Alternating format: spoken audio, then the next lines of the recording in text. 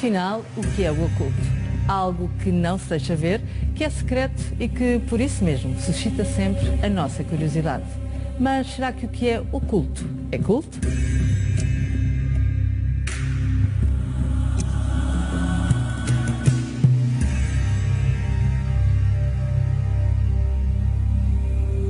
Avançamos sem tabus ou fantasmas para dar a conhecer algumas das ordens espirituais existentes em Portugal. Nesta série Portugal Culto e Oculto, vamos fazer uma viagem pela história, mas também pela atualidade, com o historiador João Rodelo. Olá, João. Olá, Rita. Neste primeiro episódio vamos desmistificar, digamos assim, uma ordem que suscita, obviamente, a minha curiosidade, mas penso que também a de muitos portugueses. É verdade, é verdade. Hoje, neste primeiro episódio, nós vamos falar da maçonaria portuguesa. E já passaram 300 anos desde que foi fundada em Londres a primeira grande loja maçónica. Dá início, assim, à chamada maçonaria moderna ou especulativa e que, num surto rapidíssimo e de uma forma organizada, se vai espalhar por todo o globo. Mas as raízes maçónicas têm raízes muito mais profundas e é disso que nos vai falar a chamada lenda maçónica.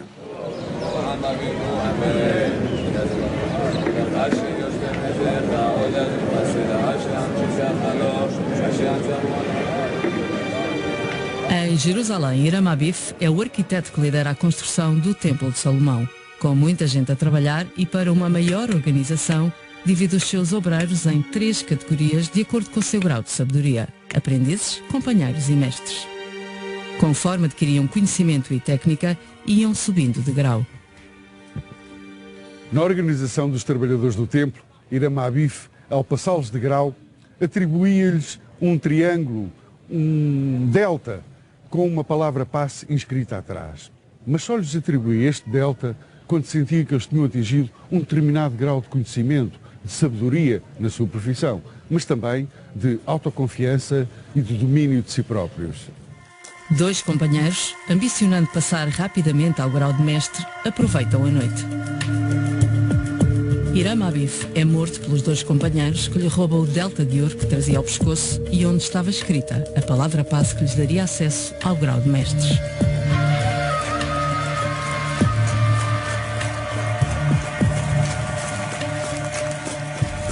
O grau de companheiro é um grau intermédio entre aprendiz e mestre e é de extrema importância. Porquê? Porque o maçom, em grau de companheiro, tem que se trabalhar a si próprio, no mais íntimo de si.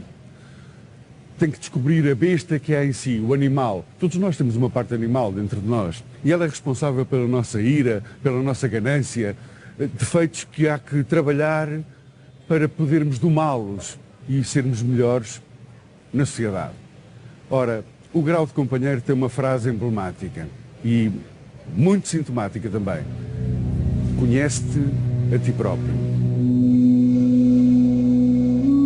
É colocarmos-nos ao espelho, olharmos-nos nos olhos e dizermos assim: como posso melhorar por dentro? Como posso construir o Templo de Salomão em mim? Esse é o espírito de um maçom. Ao longo da Idade Média, muitas foram as profissões que se estabeleceram em irmandades, confrarias, para guardarem a sabedoria das suas profissões no seu seio. Ora, não foram apenas os pedreiros, os canteiros, os arquitetos que estabeleceram essas irmandades. Também, por exemplo, profissões como os lenhadores ou os trovadores. E os trovadores tinham uma flor que os distinguia, que lhes servia de símbolo muito interessante, a pervinca. E a pervinca tem uma flor de 5 pétalas, que forma uma estrela de 5 pontas. Afinal, o signo de Salomão, o símbolo que fechava o Templo de Salomão.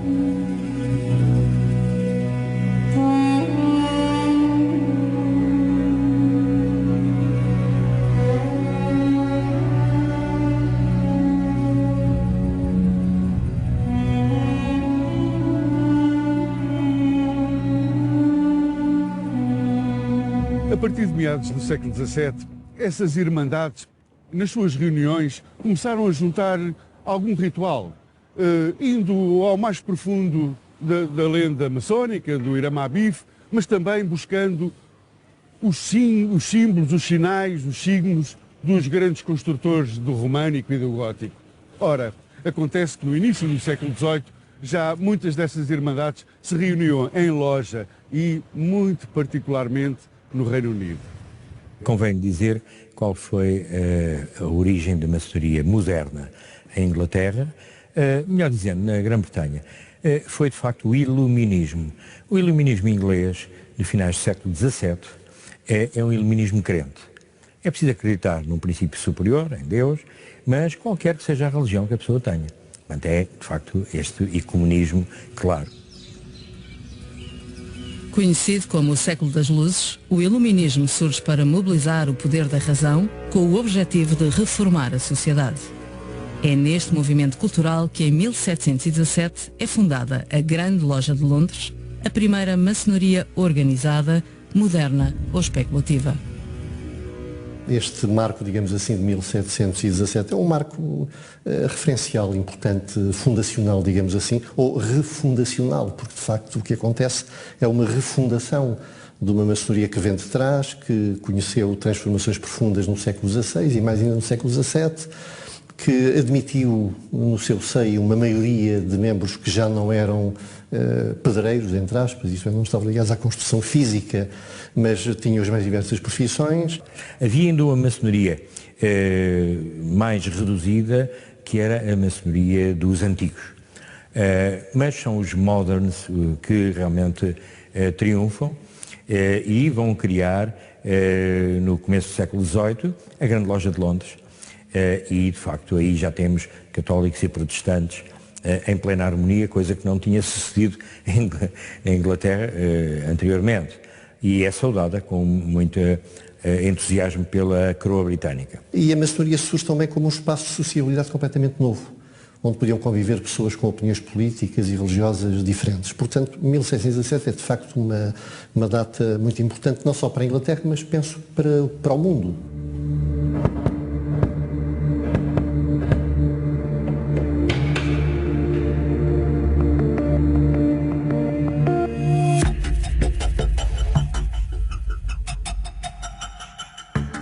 A maçonaria entra em Portugal logo na década de 20 do século XVIII e, obviamente, por influência dos ingleses, os britânicos em si, e também dos franceses que estavam aqui instalados em Lisboa. De facto, ao princípio são estrangeiros, maçons estrangeiros, mas vão progressivamente sendo iniciados portugueses.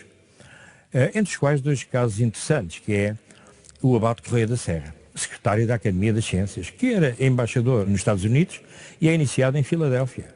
O Abade Correia da Serra tem, ainda hoje, na residência do Thomas Jefferson, presidente dos Estados Unidos, está lá o quarto do Abade Correia da Serra, que era consultor das florestas e das minas do governo americano.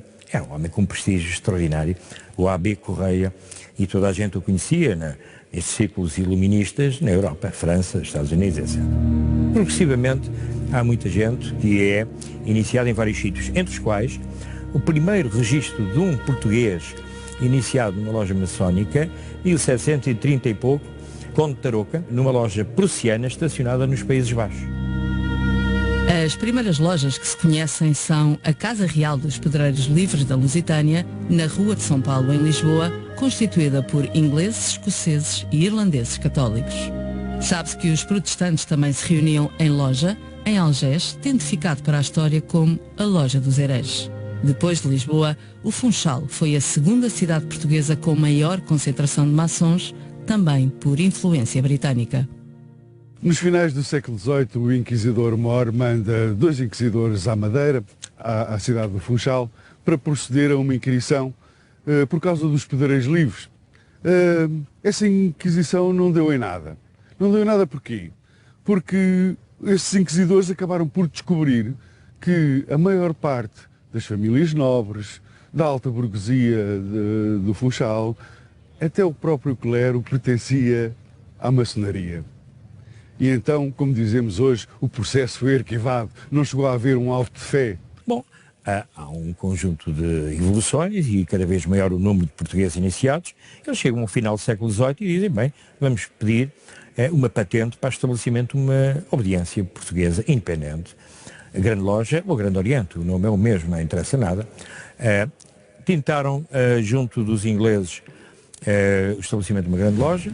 Foi lá o Hipólito Zé da Costa, que veio, foi preso em Pinamanique, interrogado pela Inquisição, os documentos todos apreendidos, e os irmãos, reunidos no palacete do Gomes Freire de Andrade, decidiram, então vamos junto do Grande Oriente de França, que era tão regular como a Grande Loja de Inglaterra, e estabeleceu-se o Grande Oriente Lusitano, cujo primeiro grão-mestre é o neto do Marquês de Pombal, um juiz, Sebastião José de Sampaio de Melo e Castro. No início do século XIX, a soberania de Portugal está ameaçada.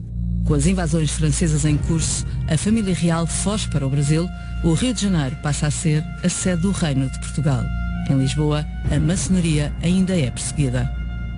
No início do século XIX, com as invasões napoleónicas, nós temos instaladas em Portugal tropas francesas, obviamente, mas também as tropas inglesas do general Wellington, que vinham para nos ajudar. Bom, o que eu quero dizer com isto é que dentro destas tropas, quer francesas, quer britânicas, praticava-se a maçonaria. Contudo, em Portugal, era proibido o seu exercício e por decreto real. Os maçons eram perseguidos. Bom, em 1814 regressa a Portugal uma das figuras mais emblemáticas da história, não só a história nacional, como também a história da maçonaria, o general Gomes Freire de Andrade. Ele integra-se no Grande Oriente Lusitano, é eleito grão-mestre do GOL e, por isso, perseguido, condenado e morto. E o general Gomes Freire de Andrade transforma-se assim num mártir, não só da maçonaria, mas também da própria liberdade.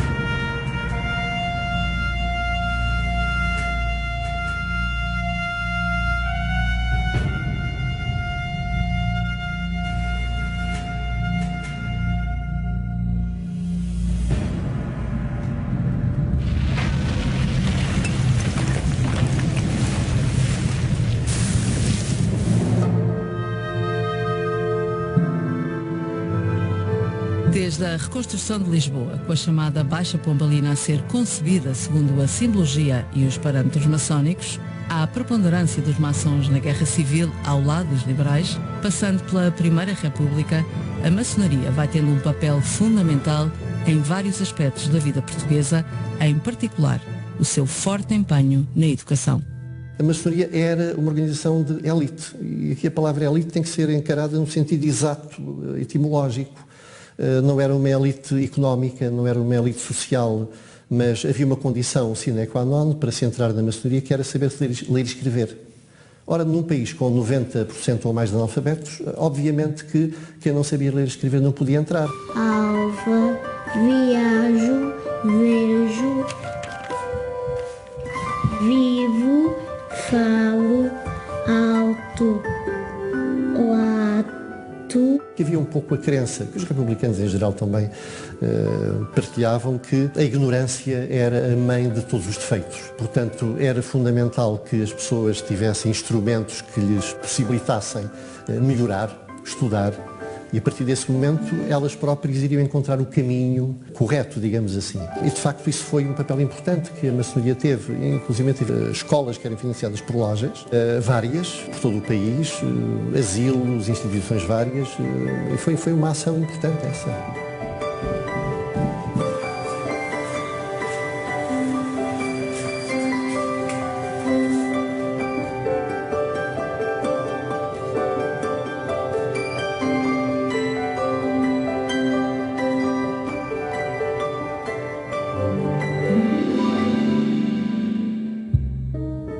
Ao longo destes 300 anos de maçonaria especulativa, muitas foram as figuras de relevo da nossa história que se interessaram ou mesmo pertenceram à maçonaria.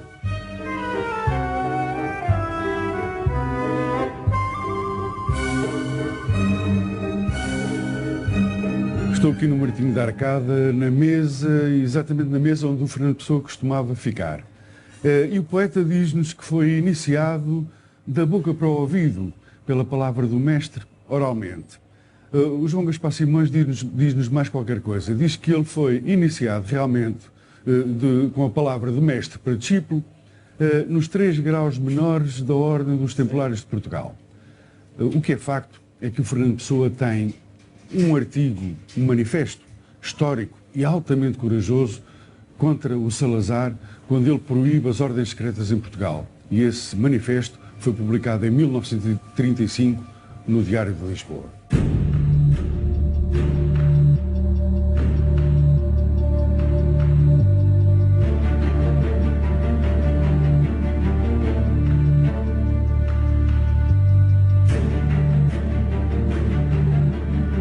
O Fernando Pessoa vale a pena recordar. Ele diz mesmo, eu não pertenço a nenhuma obediência maçónica. Eu tenho certa preparação cuja natureza não me proponho divulgar. Eu recebi a mesma luz noutro tempo. Ele recebeu um graus maçónicos do Aleister Crowley quando veio cá. O Fernando Pessoa tinha os rituais, ficou com essa responsabilidade. Se eu fui iniciado, não numa obediência maçónica, mas em graus maçónicos, eu vou defendê-la. Bom, ninguém fez, os maçons estavam todos encolhidos e o Fernando Pessoa tem um texto extraordinário em que diz que a maçonaria tem as diversas valências, a social, a política, a espiritual, a iniciática, todas essas que constituem, digamos, a face verdadeira e profunda da maçonaria. Fernando Pessoa escreve mesmo alguns poemas de cariz maçónico. Há sempre que o ritual acerta seus passos e seus ritmos bem, o ritual que não há desperta e a alma é o que é, não o que tem. Oscila o incensório visto, ouvidos cantos estão no ar, mas o ritual a que eu assisto é um ritual de relembrar. No grande templo antenatal, antes da vida e alma e Deus, e o xadrez do chão ritual é o que é hoje, a terra e os céus.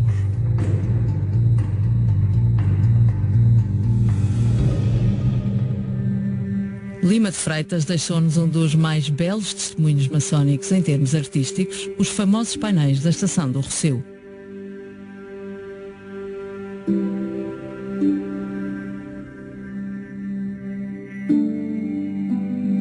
Os seus valores nobres, procurando uma sociedade mais justa, mais fraterna e mais universal, têm tido um papel preponderante na sociedade portuguesa e, sobretudo, em alguns dos períodos mais críticos da nossa história.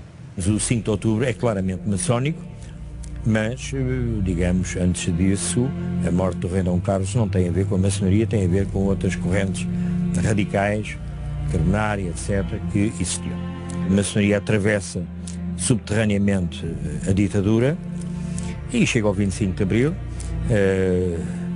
aparece à luz do dia, com políticos importantes e influentes e, de facto, tem uma grande contribuição para o estabelecimento dos valores da democracia pós-25 de Abril.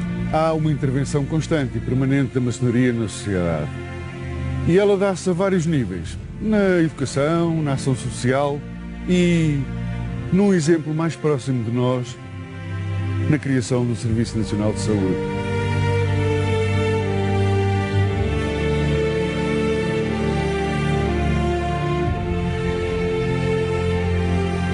A saúde é a nossa grande riqueza. Temos que a proteger. Só com cidadãos saudáveis nós teremos uma pátria progressista. Pois, de qualquer modo, essas limitações também se repercutem no Serviço Nacional de Saúde. E essa é uma das razões, porque inicialmente o vamos apenas implantar nos 4 distritos piloto que já foram escolhidos. Hoje em dia também, naturalmente, dizem que há maçons em todos os partidos, não é? E aquilo que nós fazemos votos é que eles cumpram os valores da maçonaria para além dos seus interesses individuais e das querelas partidárias. Os valores supremos da maçonaria têm que estar presentes e moldar a nossa sociedade.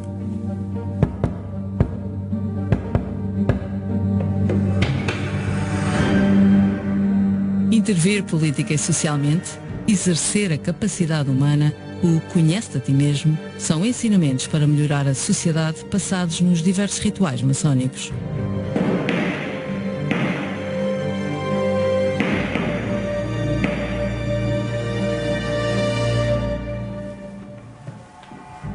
À ordem, meus irmãos.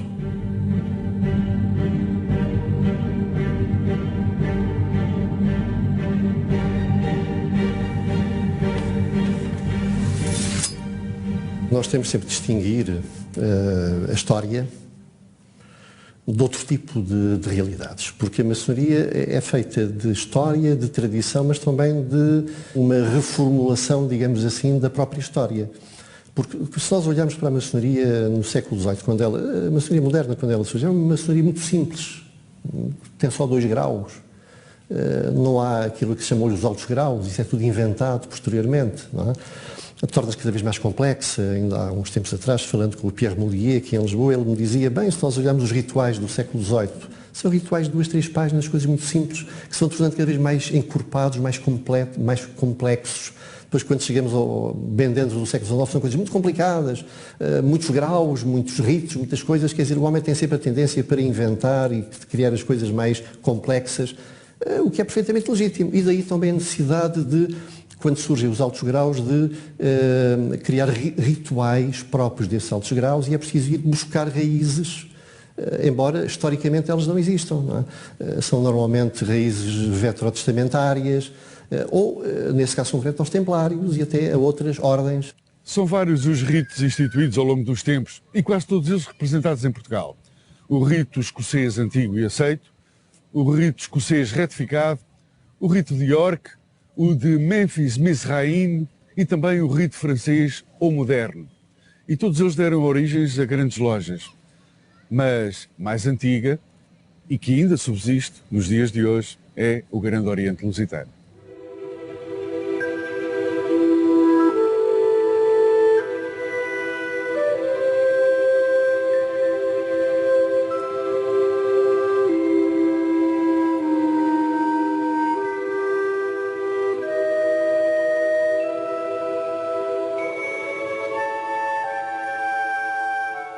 A ideia fundamental é que a luz dissipa as trevas, ou seja, o homem vive nas trevas, vive na escuridão, e tal, pegando naquilo que os iluministas também diziam, tal como o sol, quando nasce, dissipa as trevas, não é? A razão dissipa as trevas da ignorância, do preconceito, da superstição. Exatamente como na loja maçónica também, o templo está organizado segundo os pontos cardeais, e o Oriente, no Oriente está o venerável, o presidente da loja, digamos assim, é dali que a luz é transmitida a todos os membros da loja, a sabedoria é transmitida a todos os membros da loja. Polémica, algumas vezes secreta, muitas vezes discreta. O facto é que a maçonaria, ao longo destes 300 anos, tem desempenhado um papel importante em Portugal e no mundo. Que mudam, os contextos históricos mudam, sociais, culturais, económicos, etc. Agora, creio que o que permanece no fundamental é aquilo que a maçonaria sempre procurou, que foi o aperfeiçoamento individual, não é? Projetando esse aperfeiçoamento individual na própria sociedade. Isto é, não é uma intervenção da maçonaria enquanto organização na sociedade, mas possibilitar que os seus membros intervenham na sociedade, melhorando a sociedade dentro daquilo que eles fazem, nas instituições onde estão inseridos, nas agremiações de que fazem parte. Quer dizer, é um esforço individual que não deve ser substituído por um projeto coletivo, que de facto não existe.